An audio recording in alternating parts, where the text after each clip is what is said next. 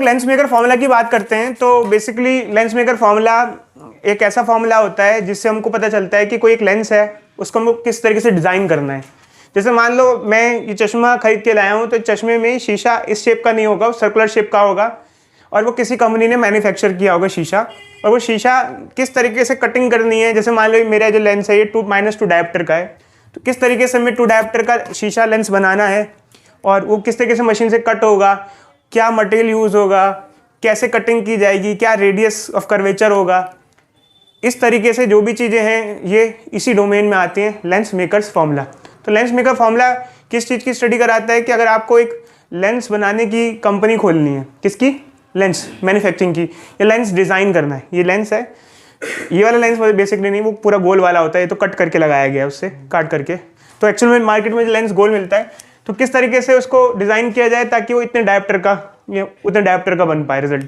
तो जब हम लोग किसी भी एक लेंस की बात करते हैं तो लेंस में देखो बच्चे 2 बार रिफ्लेक्शन होता है। जब लाइट जा रही है फर्स्ट सरफेस पे और ये यहाँ पर सेकंड सरफेस पे 2 बार रिफ्लेक्शन हो रहा है। अब ये हमारी फर्स्ट फिगर है बच्चे, ये जो हमने ड्रॉ किया है ये फर्स्ट फिगर है। अच्छा, कोई बच्चा बताएगा कि फर्स्ट फिगर में हमने जैसे ड्रॉ किया है तो यहाँ पर हमने ये लाइन दिखाई दी है, डॉट, ये लाइन डैश डैश डैश वाली, इसमें इसका क्या मतलब है? इसका मतलब यहाँ पे जानी चाहिए। देखो अच्छा, जैसे मान लो ये लाइट रे गई यहाँ, तो चलो पहले सरफेस पे तो रिफ्लेक्शन जो हुआ, ठीक है।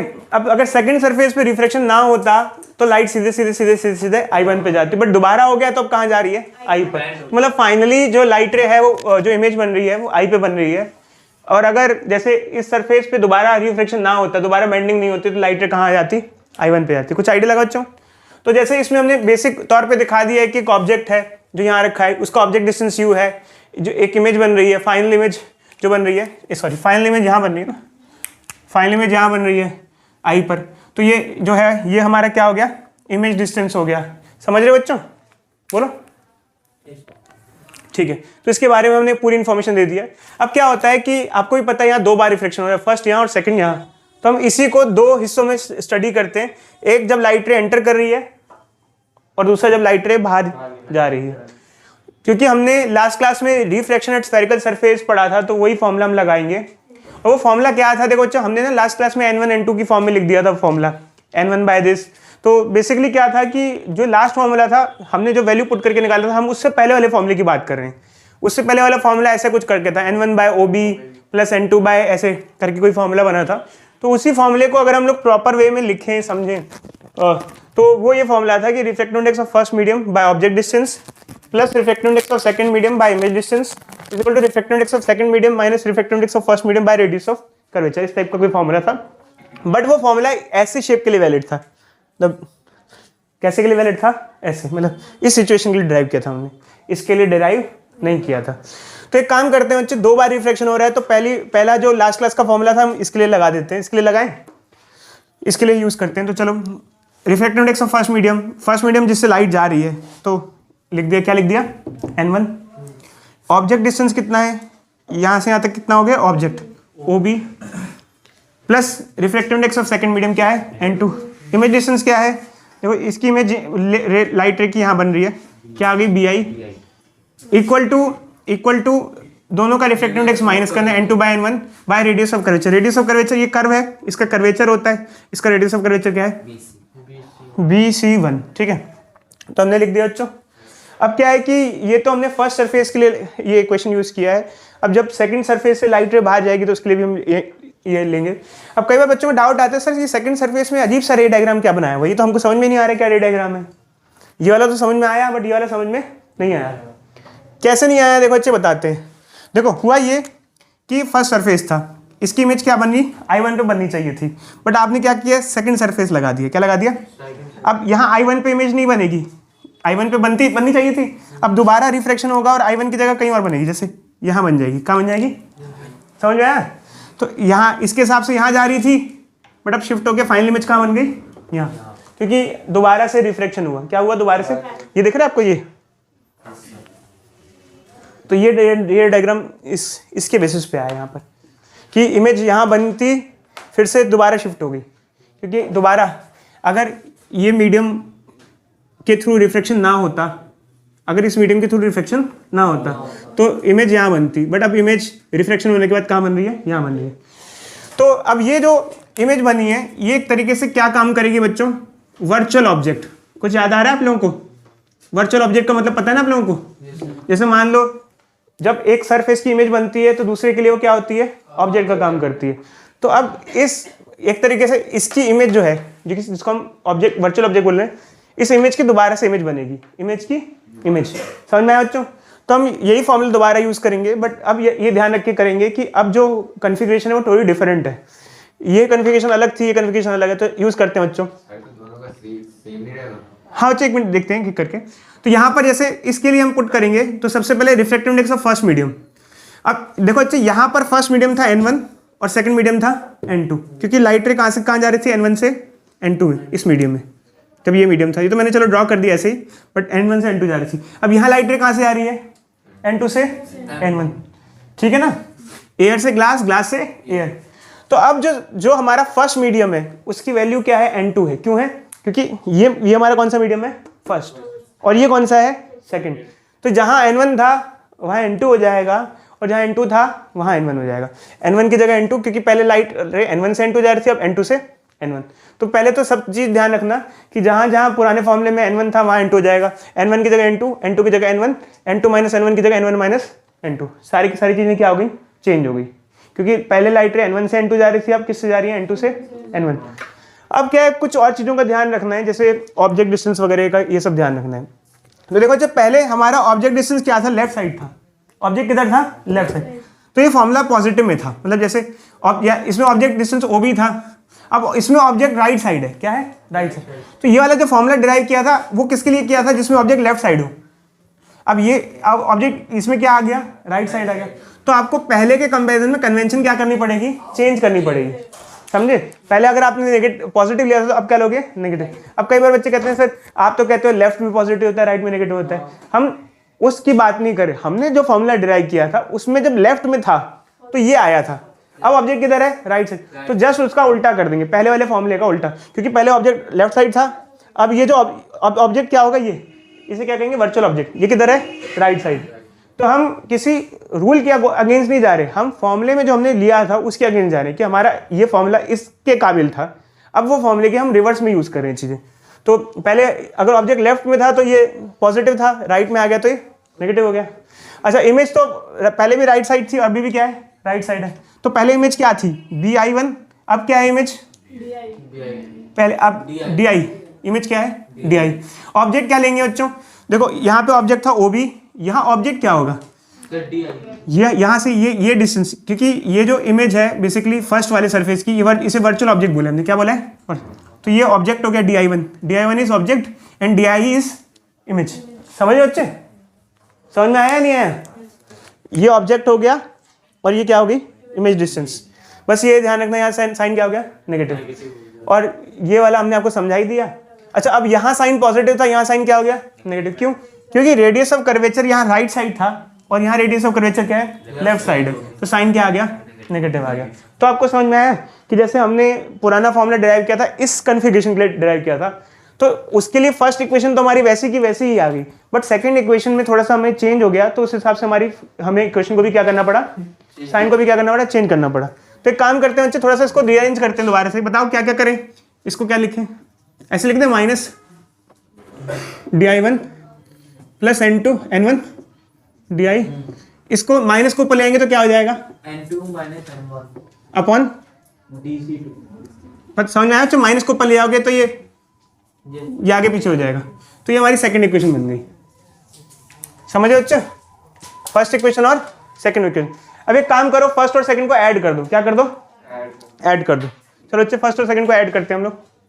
हम फर्स्ट और सेकंड इक्वेशन को ऐड करते हैं, तो ये फर्स्ट इक्वेशन हमारी है और ये सेकंड इक्वेशन है, इसको हम ऐड करते हैं जैसे कि आप लोग कर रहे होगे। तो एक काम करते हैं, चाहे आप एडिशन के बाद करो ये या एडिशन के पहले करो, एक चीज़ थोड़ा सा इंपॉर्टेंट है, जब हमारे पास कोई इक्वेशन होती है ना, थोड़ा कॉम्प्लिकेटेड होती है, तो हम ट्राई करते हैं कि अगर वो थोड़ी सिंप्लीफाइड हो जाए, कुछ अप्रॉक्सीमेशन लेके, तो बेटर है। अब यहाँ क्या अप्रॉक्सीमेशन लेने वाले हैं, पहले ये समझो आप। देखो बच्चों, होता क्या है, ये यहाँ से यहाँ तक जो डिस्टेंस है ये क्या है, BI1, क्या है, B से लेके I1 तक का डिस्टेंस क्या है, BI1, ठीक है ना। अच्छा, इसको हम क्या लिख सकते हैं, ऐसा लिख सकते हैं, तोड़ तोड़ के, this distance is equal to this distance plus this distance. क्या BI1 को लिख सकते हैं BD प्लस DI1? कोई डाउट बोलो? इस पूरे को ऐसा लिख सकते हैं कि this is equal to this plus this. बोलो, ये पूरा डिस्टेंस इसके और इसके एडिशन के बराबर है। अगर इसको ऐड कर दो तो पूरा डिस्टेंस आ जाएगा। कोई डाउट? बोलो। अब एक्चुअल में क्या है कि देखो, जो आमतौर पे लेंस बहुत थिक नहीं होते, थिन ही होते हैं। मतलब ये जो दूरियां होती हैं काफ़ी ज़्यादा होती हैं। अब आप कहोगे सर लेंस तो मोटा है, बट दूरियों के कंपैरिजन में लेंस क्या होता है? थिन होता है। अगर लेंस थिन होता है, लेंस क्या होता है? थिन होता है। तो ये जो BD है ये क्या है? थिकनेस ऑफ लेंस है। ये लेंस की चौड़ाई है ना, BD। अगर लेंस की चौड़ाई कम है, BD कम है, तो BD को आप नेग्लेक्ट कर सकते हो। क्या कर सकते हो? नेग्लेक्ट। मतलब बहुत कम वैल्यू है, तो लगभग ये एक दूसरे के क्या हो जाएंगे? बराबर हो जाएंगे। मतलब BI1 अप्रोक्सीमेटली BI1 DI1 के बराबर होता है। अब हम इन दोनों को ऐड करेंगे तो एक फायदा होगा, जैसे फर्स्ट और सेकंड को। देखो तो यहाँ पर क्या है? माइनस N2 DI1 और यहाँ क्या है? N2 BI1। ये माइनस में है और ये क्या है? प्लस में है। और अगर ये BI1 और DI1 बराबर हो गया, जैसे मान लो BI1 है, इसकी जगह BI1 की जगह मैं क्या लिख सकता हूँ? DI1। तो ये और ये क्या हो जाएगा? कैंसिल, क्योंकि ये माइनस और प्लस में है। सिर्फ हम ऐड किसको करेंगे? इसको N1 bye OB, N1 bye DI, और इधर क्या हो जाएगा? ये और ये, इनको भी ऐड करेंगे तो N2 माइनस N1 को कॉमन ले सकते हैं। 1 बाय BC1। ये समझ में आया? क्या आप लोगों ने कॉमन लिया था क्या जब ऐड किया था? कॉमन ले सकते हो ना। यहाँ तो अलग अलग लिखो, इसको अलग लिखो, इसको अलग लिखो। अलग अलग लिखोगे तो N2 माइनस N1 को क्या ले सकते हो? कॉमन। तो ये बच्चों हमारे पास ये फॉर्मेट आ जाता है। हमारे पास क्या आ जाता है? ये एक फॉर्मेट आ जाता है।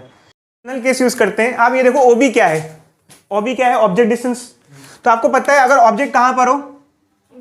इन्फिनिटी पे हो अगर, तो इमेज क्या है? DI क्या है यहाँ पर? Image distance. तो इमेज कहाँ बनेगी? फोकस पे बनेगी। तो हम एक स्पेसिफिक केस यूज कर रहे हैं जो कि हम यूज कर सकते हैं, जो कि क्योंकि ये केस सेटिस्फाई करता है इस इक्वेशन को, हम यूज कर सकते हैं। तो अगर हम ये वैल्यूज पुट कर देते हैं यहाँ पर, तो ये क्या हो जाएगा? N1 बाय, इसमें इन्फिनिटी पुट करोगे तो ये तो खत्म ही हो जाएगा ना। तो ये क्या हो जाएगा? बताओ क्या होगा? N1 bye F, N2 minus N1। अब देखो जो BC1 और DC2 क्या है? BC1 ये जो देखो एक्चुअली क्या है, कोई लेंस है उसके दो कर्वेचर होते हैं, फर्स्ट कर्वेचर और सेकंड। तो BC1 जो है ये फर्स्ट सरफेस का रेडियस ऑफ कर्वेचर है, और DC2 जो है वो सेकंड सरफेस का रेडियस ऑफ कर्वेचर है। देखो बच्चों होता क्या है कि जो कर्वेचर राइट साइड होता है जब अगर, तो उसको पॉजिटिव लिया जाता है, और लेफ्ट साइड होता है तो नेगेटिव। अच्छा, इसमें साइन को बार बार यूज करते हैं, मतलब जितनी बार आप फॉर्मूला यूज करोगे मैं बताऊंगा आपको, चलो, बट इसमें साइन आपको यूज करने हैं। जैसे मान लो BC1 की वैल्यू क्या लेंगे? BC1 को क्या लेंगे? पॉजिटिव R1, और DC2 को, इस सेकंड सरफेस का रेडियस ऑफ कर्वेचर क्या है? DC2 को क्या लेंगे? माइनस R2, और हम यहाँ पुट कर देंगे।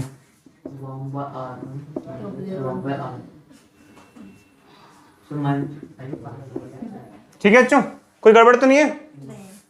बोलो तो क्या फॉर्मूला आएगा बच्चे बताना। अब एक काम करते हैं, इसको नीचे भेज देते हैं, 1 बाय F, इसको नीचे, N2 by N1 minus 1, 1 bye R1 1 bye R2। ये इसी को हम कहते हैं लेंस मेकर्स फॉर्मूला। इसका बहुत इंपॉर्टेंट रोल होता है बच्चे। 1 bye R1 minus 1 bye R2। ठीक है बच्चों, समझ में आया? तो ये थोड़ा सा आपको, तो हमने लास्ट क्लास में आपको लेंस मेकर्स फॉर्मूला का डेरिवेशन कराया था। अब लेंस मेकर फॉर्मूले की डेरिवेशन की अगर हम बारे में बात करें तो ये लेंस मेकर्स फॉर्मूले का एक्सप्रेशन आता है। इसमें क्या होता है, कोई भी एक लेंस है उसकी फोकल लेंथ का ये एक्सप्रेशन होता है। जो फोकल लेंथ होती है किसी लेंस की, जैसे मान लो ये लेंस है, इसकी फोकल लेंथ क्या होगी, वो किन किन फैक्टर पर डिपेंड करेगी? वो डिपेंड करेगी कि आउटसाइड मीडियम क्या है, उसका रिफ्रैक्टिव इंडेक्स क्या है।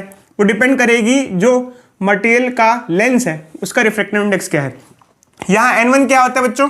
कौन सा मीडियम होता है? आउटसाइड। हमेशा एयर नहीं होता बच्चों, ध्यान रखना। वैसे तो आमतौर पे लेंस के बाहर का मीडियम एयर होता है, बट अगर लेंस को हमने पानी में डिप किया तो बाहर का मीडियम क्या हो जाएगा? वाटर हो जाएगा। और ये क्या होता है? N2 क्या होता है? N2 मीडियम ऑफ लेंस, मतलब refractive index. Yes, sir. Lens, ठीक है। R1 R2 क्या होता है बच्चों? जो दो सरफेस होते हैं उनके रेडियस ऑफ कर्वेचर। R1 और R2 क्या होता है? जो दो सरफेस होते हैं उनके रेडियस ऑफ कर्वेचर। अब देखो बच्चों होता क्या है, इधर देखो, जैसे हमारे पास हम लेंस की बात करते हैं तो हम लोग कन्वेक्स और कनकेव लेंस पढ़ते हैं। तो ये जो लेंस हुआ, ये जिसे आप कन्वेक्स कहते हो, इसे हम डबल कन्वेक्स कहते हैं। क्या कहते हैं? Double convex. ये वाला लेंस क्या कहलाता है? प्लेनो कन्वेक्स, क्योंकि एक साइड प्लेन है एक साइड कन्वेक्स है। ये लेंस कहलाता है डबल कनकेव, क्योंकि दोनों साइड कनकेव है। और ये जो लेंस कहलाता है, ये कहलाता है प्लेनो कनकेव, क्योंकि एक साइड प्लेन है और एक साइड क्या है? कॉनकेव है। अगर हम जैसे फॉर्मूले लगाएं तो बेसिकली हमको ये चार टाइप के ही देखने को मिलते हैं। और भी लेंस होते हैं वैसे तो खैर, बट हमारे लिए फिलहाल यही चार हैं। अब इसके अंदर क्या है कि देखो, हर लेंस के दो सरफेस हैं, मतलब दो स्फेरिकल सरफेस हैं, एक फर्स्ट और एक सेकंड, एक फर्स्ट और एक सेकंड। अच्छा, मुझे एक सिर्फ चीज बताना चाहिए, जैसे ये प्लेनो कन्वेक्स है तो जो प्लेन सरफेस है, दो सरफेस है, फर्स्ट सरफेस ये हुआ और सेकंड सरफेस ये हुआ।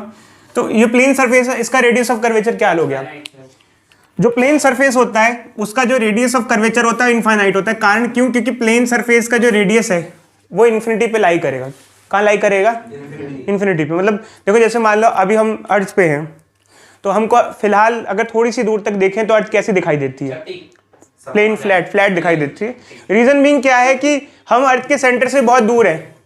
हम अर्थ के सेंटर से बहुत दूर हैं, हमारा जो रेडियस है वो बहुत ज़्यादा है। जब रेडियस बहुत ज़्यादा हो, काफ़ी लार्ज हो, इनफाइनाइट हो, ऐसे केस में हमको सरफेस कैसा दिखाई देता है? फ्लैट सरफेस, प्लेन सरफेस दिखाई देता है। तो अगर कोई भी प्लेन सरफेस हो, उसका रेडियस ऑफ कर्वेचर क्या लिया जाएगा? इन्फिनिटी लिया जाएगा। समझे बच्चे? ठीक है, तो ये है हमारे पास। अब देखो बच्चे, जैसे मान लो हमारे पास इन सब के हमको फोकल लेंथ निकालनी हो। जैसे मान लो इन सब की अगर फोकल लेंथ निकालनी हो तो जैसे मान लो ये है हमारे पास, ये हमारा है। इसमें मान लो हमको ये दे रखा है, ये डबल कन्वेक्स लेंस है और इसके दो स्फेरिकल सरफेस, एक फर्स्ट ईयर और एक सेकंड ईयर। मान लो दोनों ही जो सरफेस है उनका रेडियस ऑफ कर्वेचर सेम है। इसका भी मान लो r है और इसका भी क्या है? r है। अब इसमें ध्यान रखना बच्चों, इसमें हमको इस फॉर्मूले के बाद दोबारा से साइन कन्वेंशन पुट करनी पड़ती है। इस फॉर्मूले के बाद भी साइन कन्वेंशन दोबारा से पुट करनी पड़ती है। अब जैसे मान लो अगर R1 को हमने R लिया तो R2 को क्या R ही लेंगे, प्लस R लेंगे या माइनस R लेंगे? इसको प्लस क्यों लेंगे, इसको माइनस क्यों लेंगे? क्योंकि इसका रेडियस जो होगा, जैसे ये कर्वेचर है, ये कर्व है, देखो ये कर्व दिख रहा है आपको, इसका रेडियस राइट साइड लाई करेगा और ये जो कर्व है इसका रेडियस लेफ्ट साइड लाई करेगा। तो ये जैसे मान लो ये कर्व है, इसको पूरा स्फेरिकल ड्रॉ करने की कोशिश करोगे ऐसे ऐसे, फर्स्ट सरफेस है तो इसका रेडियस यहाँ लाई करेगा और इसका रेडियस यहाँ। तो ये अगर r है तो ये क्या होगा? Minus r। अच्छा, अगर हम इसके लिए फर्स्ट, जैसे मान लो फर्स्ट केस है, इसके लिए फोकल लेंथ निकालेंगे फर्स्ट केस के लिए, तो ये क्या हो जाएगा हमारे पास? n2 by n1 minus 1 bye r1 की जगह क्या पुट कर देंगे यहाँ? r1 की जगह क्या पुट करेंगे? r माइनस और r2 की जगह माइनस r। ये क्या हो जाएगा बच्चे? n2 by n1 minus 1। ये क्या हो जाएगा? 2 बाय r। ठीक है, अब जैसे मान लो ये तो हो गया हमारे पास। अब ये मान लो ये सेकंड है, प्लेनो कन्वेक्स, तो इसका रेडियस ऑफ कर्वेचर तो इनफाइनाइट हो जाएगा और इसका क्या हो जाएगा? इसका प्लस r लिखेंगे या माइनस r लिखेंगे? माइनस क्यों बताओ बच्चे? माइनस क्यों? देखो ये कर्वेचर है, ये कर्व है, ऐसा स्फेरिकल सरफेस बनेगा, ऐसे इसको भूल जाओ, जैसे कर्व है ऐसा स्फेरिकल, तो यहाँ से रेडियस किधर लाई करेगा? इस पॉइंट से लेफ्ट साइड लाई करेगा। समझे या नहीं समझे? किसी बच्चे को डाउट है इस चीज में? डायरेक्शन में समझ में आ रहा है? तो इसको जैसे सेकंड इसके लिए करेंगे तो क्या लिखेंगे? 1 by f n2 n1 minus 1 1 by first surface का क्या हो जाएगा? Infinity minus minus r। कोई डाउट बच्चे बोलो? इसका radius of curvature minus r होगा, तो ये क्या हो जाएगा बच्चे बताना? 1 बाय r। ठीक है, तो हमने दो कन्वेक्स के लिए कर दिया। एक काम करो, आपको हम टास्क दे रहे हैं कनकेव के लिए करो, इनके लिए करो। अच्छा रुको इधर देखो, कनकेव के लिए करने से पहले हम ना आपको कुछ चीज पूछते हैं। देखो ये फर्स्ट सरफेस है, जैसे यहाँ पर ये फर्स्ट सरफेस हुआ और ये सेकंड। मान लो दोनों का रेडियस ऑफ कर्वेचर सेम है, दोनों सरफेस का। तो ये फर्स्ट सरफेस है, इसका रेडियस ऑफ कर्वेचर क्या लिखूंगा मैं? प्लस लिखूं या माइनस लिखूंगा? इसका माइनस क्यों बच्चे बताओ? इस देखो, अगर इसका स्फीयर ड्रॉ करोगे, पूरा स्फीयर ड्रॉ करोगे तो ऐसा आएगा स्फीयर, और इस पॉइंट से वो जो सेंटर होगा वो लेफ्ट साइड आएगा। समझ में आ रहा है? रमनदीप बताओ, समझ में आ रहा है? देखो जैसे मान लो ये है, देखो ये कर्व है, इस कर्वेचर का पूरा इमेजिनरी पॉइंट ऑफ व्यू से स्फीयर ड्रॉ करोगे, उस स्फीयर का सेंटर किधर आएगा? लेफ्ट। इस पॉइंट से किधर आएगा? लेफ्ट। लेफ्ट आएगा तो क्या साइन लेंगे हम? नेगेटिव। आई बात सुन? अच्छा, और दूसरे सरफेस का क्या लेंगे हम? दूसरे सरफेस का क्या लेंगे? इसका कर्वेचर, इसका सेंटर राइट साइड आएगा, प्लस आर मान लो, और इसमें फर्स्ट सरफेस का क्या आएगा? इन्फिनिटी, और सेकंड सरफेस का क्या आएगा? Plus R. तो एक काम करो बच्चे, ये पुट करो और बताओ क्या फॉर्मूले आएंगे यहाँ पर। सिंप्लीफाई करो जल्दी से। डबल कनकेव और प्लेनो कनकेव के लिए इस फॉर्मूले को, इस एक्सप्रेशन को लिखेंगे। तो सबसे पहले जैसे हम लोग, अगर ये थर्ड केस है हमारा, जैसे डबल कनकेव है, अब इसके लिए अगर हम ये लिखते हैं तो ये हो जाएगा 1/f n2/n1 - 1, और यहाँ फर्स्ट सरफेस है तो फर्स्ट सरफेस के लिए क्या हो जाएगा? -r, और सेकंड सरफेस के लिए क्या हो जाएगा? r। इसको सिंप्लीफाई करेंगे तो क्या आ जाएगा? -2/r आ जाएगा। माइनस साइन का मतलब ये है कि देखो बच्चे, कनकेव लेंस जो होता है ना, कनकेव लेंस की फोकल लेंथ में हमेशा जो साइन आएगा वो क्या आएगा? नेगेटिव, क्योंकि हमने पढ़ा है जो कनकेव लेंस होते हैं उनकी फोकल लेंथ क्या होती है? नेगेटिव होती है। अब हम फोर्थ केस करते हैं जो कि प्लेनो कनकेव है।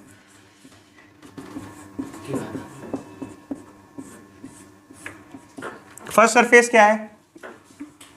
इन्फिनिटी, और सेकंड सरफेस